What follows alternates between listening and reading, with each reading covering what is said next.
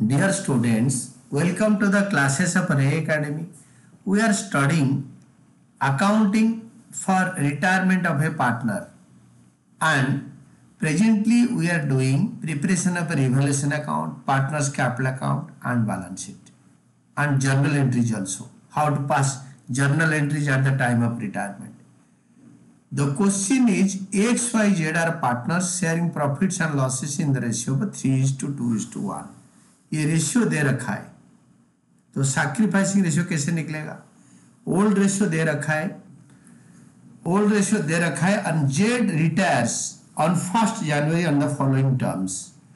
तो जेड का रिटायरमेंट हो गया तो न्यू रेशियो बनेगा 3:2। अगर कुछ बताया नहीं तो दिस विल बी डिलीटेड, ये चला जाएगा। तो गेनिंग रेशियो हम रिटायरमेंट के टाइम पे गेनिंग रेशियो निकालते हैं। अगर सैक्रिफाइसिंग रेशियो निकालेंगे तो ओल्ड माइनस न्यू होगा, तो यहां पे हम सैक्रिफाइसिंग नहीं, will be finding gaining ratio. तो गेनिंग रेशियो में गुडविल ट्रीटमेंट करेंगे। फर्स्ट पार्ट में दे रखा है goodwill of the firm is to valued at 34,800। तो gaining ratio is equal to old new ratio minus old ratio. तो 3/30 हो गया एक्स के लिए, वाई के लिए 2/30 हो गया।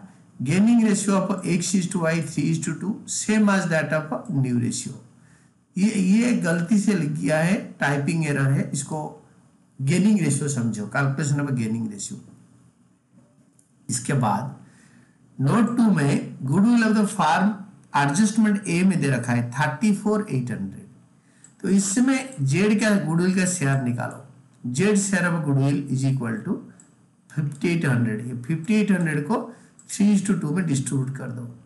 X will transfer for goodwill to Z is 3480 and Y will transfer for goodwill to Z that is 2320। इसका अगर जर्नल एंट्री करेंगे तो X capital account debited, Y capital account debited to जेड्स capital account. It is gaining to sacrificing, gaining partners to sacrificing partner. X capital account debited, Y's capital account debited to Z's capital account. This is all about your goodwill treatment.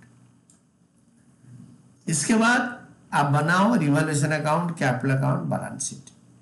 क्योंकि question ने last line में बताया है give necessary journal entries for treatment of goodwill, prepare revaluation account, capital account of partners and balance sheet of the new firm. तो मैं आपको क्या करूंगा ना, सिर्फ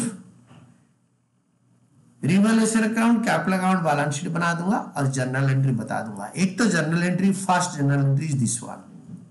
अब बैलेंस शीट को ब्लैंक उतार दो।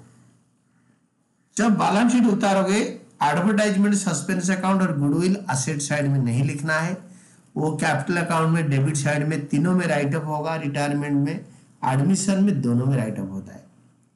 और investment fluctuation reserve, workman compensation reserve, इसका ट्रीटमेंट मैं आपको अच्छी तरह समझा दूंगा।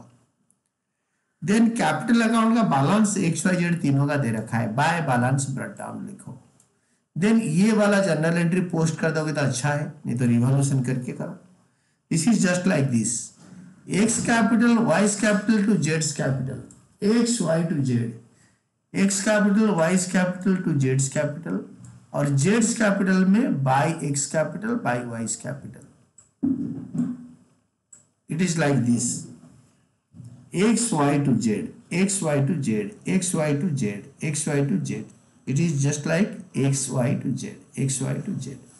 लेजर पोस्टिंग कर दिया, 3 लेजर होता है ना कैपिटल अकाउंट का, एक्स वाई जेड का। नेक्स्ट एडजस्टमेंट आपका इसमें दे रखा है गुडविल ऑफ द फर्म, ये हो गया B part. Value of patent sheet reduced by 20% and machinery 290%।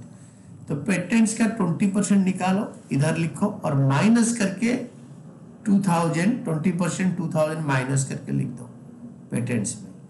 Machinery 290%, reduced 290%, तो रिडक्शन इज ओनली 10%।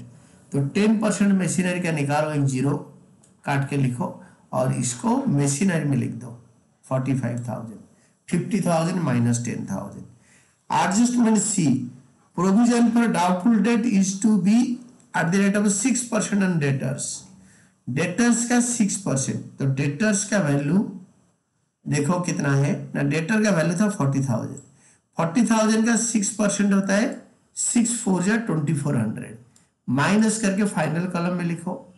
पहले प्रोविजन 2000 था, compare with the balance sheet, अभी हो गया 2400, तो 400 रुपए बढ़ गया, तो प्रोविजन पर doubtful debt 400। Then next one is Z took the investment at market value. Z investment को मार्केट वैल्यू में ले लिया। मार्केट वैल्यू है आपके 7600, तो 2600 इन्वेस्टमेंट एक्स्ट्रा वैल्यू में ले लिया। तो जेड मार्केट वैल्यू से ज्यादा में ले लिया, तो इन्वेस्टमेंट को बढ़ाया बाय इन्वेस्टमेंट 2600। तो आपके इन्वेस्टमेंट 15,000 था, अभी 17,600 हो गया। तो यहाँ पे इन्वेस्टमेंट फ्लक्चुएशन रिजर्व है, बट इन्वेस्टमेंट का वैल्यू बढ़ रहा है, तो हमारा रिवैल्यूएशन गेन हो गया। तो 17,600 इस साइड में कहीं पे लिखना चाहिए, बट वो जेड ले गया। टू इन्वेस्टमेंट्स, जेड्स capital account debited to investments account 17,600, ये इधर नहीं आएगा बैलेंस शीट में। और बाकी जो इन्वेस्टमेंट फ्लक्चुएशन रिजर्व है 6,000 हमारा टोटल गेन है, उसको कैपिटल के बाय में बांट सकते हैं, तो कोई दिक्कत नहीं है उसका। और इसके बाद वर्कमैन को बाद में डिस्ट्रीब्यूट कर लेंगे। Workman compensation liability, workman compensation reserve 12,000 है। ई एडजस्टमेंट पढ़ो, liability for workman compensation to the extent of 750 is to be created. तो ये जो वर्कमैन कंपेंसेशन लायबिलिटी क्रिएट होगा, ये वर्कमैन कंपेंसेशन रिजर्व में आएगा, रिवैल्यूएशन के डेबिट में नहीं आएगा इंक्रीज इन लायबिलिटी, क्योंकि इसके लिए रिजर्व है। तो लिखो वर्कमैन कंपेंसेशन रिजर्व की जगह पे लायबिलिटी 750, वर्कमैन कंपेंसेशन लायबिलिटी 750। फिर workman compensation liability, workman compensation reserve से 12,000 से 750 माइनस करो, 11,250 को कैपिटल अकाउंट के क्रेडिट में यहां बांट सकते हो by workman compensation reserve. Admission में दोनों में बढ़ता है, रिटायरमेंट में तीनों, all partner. Then the next one is creditors 4,000 decrease हो गया। A part, a liability of 4,000 included in creditors is not to be paid, इसको पे करेंगे नहीं, तो क्रेडिटर से 4,000 माइनस करके लिखो। 21,000 minus 4,000 is equal to 17,000। Then next one is, ये हो गया सारे। आपके रह गया रिवैल्यूएशन का टोटलिंग करना। डेबिट साइड बड़ा है, दोनों तरफ लिखो, लॉस निकालो, रिवैल्यूएशन लॉस 6,600 माइनस करो 800 रुपए loss by capital accounts loss on revaluation transferred. X Y Z में 3:2:1 में डिस्ट्रीब्यूट करके 800 रुपए बांटो। Then capital accounts debited to revaluation account, to revaluation account 400, 267, 133, ये हो गया। इसके बाद जो गुडविल हमारा बैलेंस शीट में है उसका हम क्या करेंगे, और उससे पहले जो इन्वेस्टमेंट फ्लक्चुएशन रिजर्व पूरा बच गया था, क्योंकि इन्वेस्टमेंट बढ़ा था, अगर घटता तो इससे माइनस करते, तो जो बढ़ा है तो इसको हम रिवैल्यूएशन के क्रेडिट में लिखा और इन्वेस्टमेंट में ऐड कर दिया था। तो पूरा इन्वेस्टमेंट फ्लक्चुएशन रिजर्व हमारा अनडिस्ट्रीब्यूटेड प्रॉफिट है, इसको ओल्ड पार्टनर ओल्ड रेशियो में बांट दिया। तो इन्वेस्टमेंट फ्लक्चुएशन रिजर्व बांटने के बाद हम एसेट साइड में आएंगे। गुडविल है, to goodwill, to advertisement expenditure, दो चीजें हैं, दोनों को यहाँ पे ओल्ड पार्टनर ओल्ड रेशियो में राइट अप कर देंगे। ये बुक में कभी भी अपेयर नहीं करेगा आगे, अगर बताया है तभी करेगा, नहीं तो नहीं करेगा। इसके बाद बोल रहा है कि हम जो रिटायर पार्टनर कर रहा है उसका कैपिटल अकाउंट को टोटल करके इसको जेड का इधर लिखो, और लिखा है amount due to Z is to be paid as follows 067 immediately, 05067 immediate pay करेंगे टू बैंक अकाउंट, क्योंकि हमारे क्वेश्चन में कैश है नहीं, तो बैंक में पे करना बेटर रहता है, जेड्स कैपिटल टू बैंक। तो इसको बैंक से तुरंत माइनस करके लिख दो, नहीं तो बाद में भूल जाओगे। इसको माइनस कर और लिख दो। जितना बैंक बैलेंस है 5750 है, उससे 5067 माइनस करो, 683 आएगा। 50% of the balance with in 1 year and the balance by a draft of 3 months. 50% मतलब इससे ये सारे माइनस करो, जो आया उसका आधा विद इन 1 ईयर पे करेंगे। अगेन टू जेड्स लोन 2500, क्योंकि लोन में ट्रांसफर करेंगे 1 साल के अंदर पे कर देंगे। फिलहाल तो बैलेंस शीट आज बन रहा है ना, अप्रैल 1 को। रिटायरमेंट 31 मार्च को डिसाइड होगा, अप्रैल 1 से रिटायर होगा, इस साल के अंदर पे करेंगे। तो आज की जो बैलेंस शीट बनेगा उसमें ये अपेयर करेगा जेड्स लोन। यहाँ पे आधा 5000 बच गया तो जेड्स लोन में आ जाएगा। और जो 2500 उसको क्वेश्चन पढ़ो, it will be settled by bills payable balance by a draft for 3 months. तो ड्राफ्ट मतलब again to bills payable, draft to bills payable, तो इसको 2500 यहाँ लिख दो दोनों।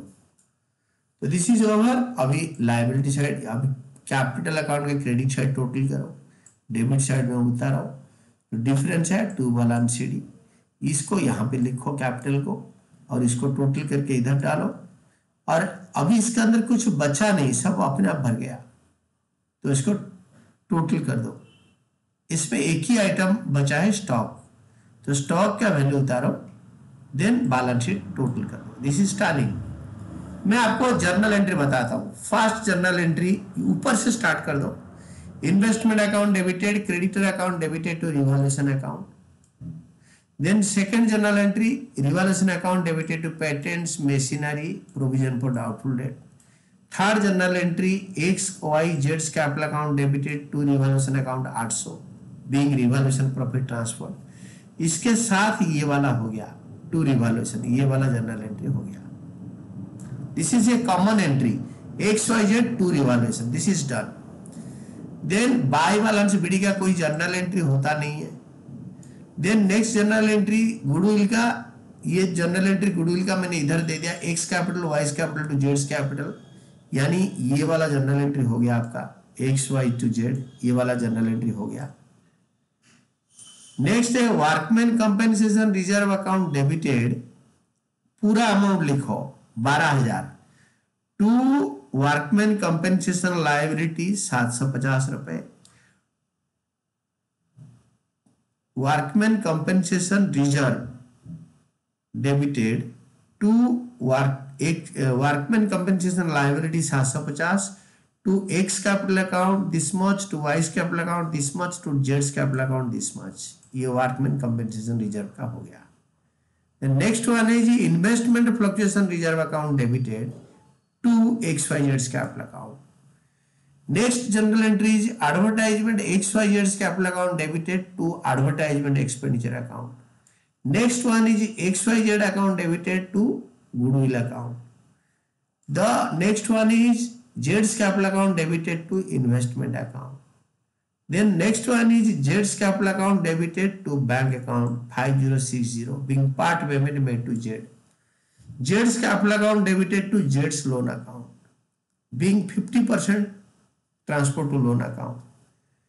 Then next entry Z's capital account debited to bills payable account being a draft is issued, it is not a bank draft, एकदम exact clearly बोल रहा है, by a draft for 3 months, 3 months draft मतलब bills payable। Balance sheet का कोई journal entry होता नहीं। तो these are all about your questions. आप एक बार जर्नल लेजर ट्रायल बैलेंस, अगर आप अगर revaluation capital account balance sheet बना लोगे तो आप आराम से उससे जर्नल निकाल सकते हो।